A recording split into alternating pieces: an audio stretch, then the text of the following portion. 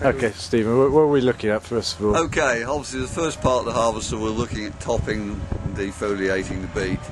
There's an area where you can get wrong and end up with too much loose leaf and crown on the beet, or you can overtop and start to lose yield.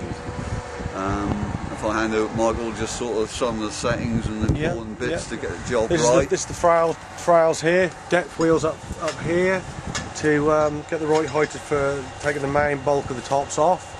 Then we come over to the scalpers, which will just open and close for the high sugar beets here, open for smaller ones, so less topping taken off there.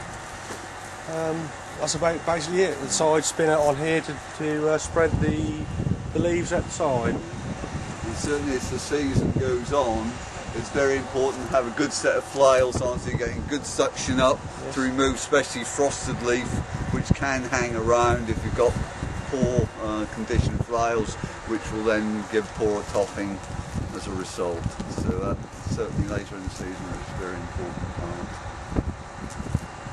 part. Okay. As we go on, obviously we then come to the lifting mechanism. Vibrating shears on this machine. And obviously for different conditions you need sort of different settings. And going to Michael to say some of the settings. Yep, we've got the depth wheels here, takes an average of the 6 rows what we're lifting. Got the shears and paddles to take the beet out of the shears, just to help a better flow through the machine. I think certainly the drier the conditions, you need slightly higher speed on the shears, plus a slower forward speed, so you're drawing the roots out of the ground rather than snatching and breaking them off. And obviously as conditions get wetter, you're trying to work a little bit fleeter maybe as well to take less soil up, and also you'll probably slow down your vibration speed on the shears as well, but gather momentum on forward speed, so you're pulling the beet in, dropping the soil out. On this machine we go on to a roller system, which differs from some of the other types of machines, which mainly tend to be turbines, cyclones for cleaning. But the first stage in this is the rollers, and again to Michael for what you would do for the various conditions. Yeah, we've got I think there's 4 rollers in the front that help to clean the sugar beet. One roller takes them to the edge of the bed, and the other ones bring them back for a maximum cleaning in that. Again, you would speed them up more up in wetter, damper conditions to draw the mud and wetter soil out, whereas in dry conditions, if you have them working too quick, you can actually start to bruise the beet, because obviously they've got no cushion of soil on them to start with. So again, it's being gentle as possible, but removing a maximum amount of soil as possible at that stage. Okay, we now come on to the second part of the cleaning mechanism, which is the 3 turbines on this machine. Very key area that they need to be maintained very well, and all the gates are in place, as you can see around the outside, pigtail gates on this particular case.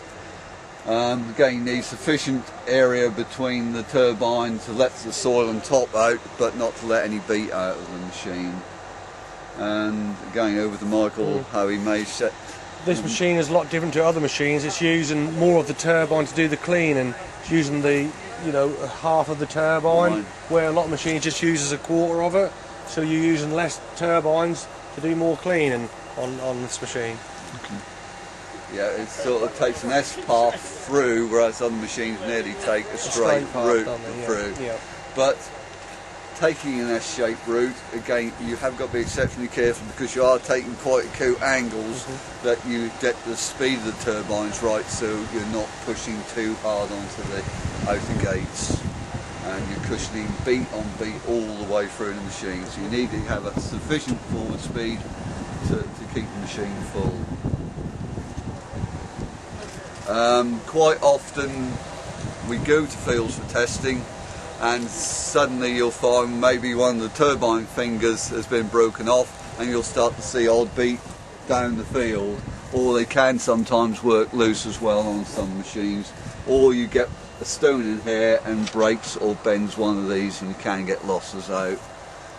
And surprisingly, your losses nearly double with just one finger missing. Yeah, indeed.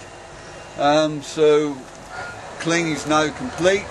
You're onto the cross elevator, and the beet are obviously elevated up and distributed evenly in the tank by an auger on this particular machine. And I think Mike will agree that you maybe wouldn't totally empty the tank in between emptying, so again you've got beet falling onto beet rather than beet cushioning them rather than falling onto the floor. And for emptying, just over to the big unloading trace there. Unloads the machine in.